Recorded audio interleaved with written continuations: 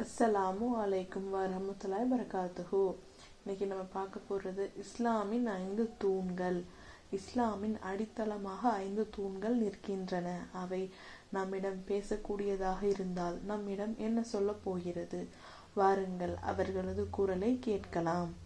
முதலாவது கலிமா, லா இலாஹ இல்லல்லாஹு முஹம்மது ரசூலுல்லாஹி. நான் கலிமா, நம்பிக்கையின் அறிவிப்பு. என்னை கூறாமல் இஸ்லாமில் நுழைய முடியாது. என் வார்த்தை அல்லாஹ்வை தவிர வேறு எந்த தெய்வமும் இல்லை. முஹம்மது அவருடைய தூதர், நம்பிக்கை என்பதே நான். இரண்டாவது தொழுகை. நான் தொழுகை, நாள்தோறும் 5 முறை அழைக்கும் தொழுகை. இறைவனுடைய நேரடி தொடர்பு கொள்ளும் வழி நான். ஒழுக்கம், ஆன்மீகம், இறைப்பாசம் இதையெல்லாம் தருகிறேன். மூன்றாவது நோன்பு. நான் ரமலானின் நோன்பு, பொறுமையும் கட்டுப்பாடும் கற்றுக் கொடுப்பவன்.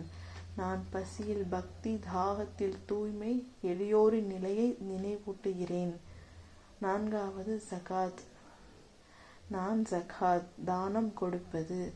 சொத்தை தூய்மைப்படுத்துகிறேன், இதயத்தை கருணையாக்குகிறேன், ஏழைகளுக்கு உணவு, தேவையுள்ளவர்களுக்கு ஆதரவு. இது என்னுடைய பணியாகும். ஐந்தாவது ஹஜ், புனித பயணம்.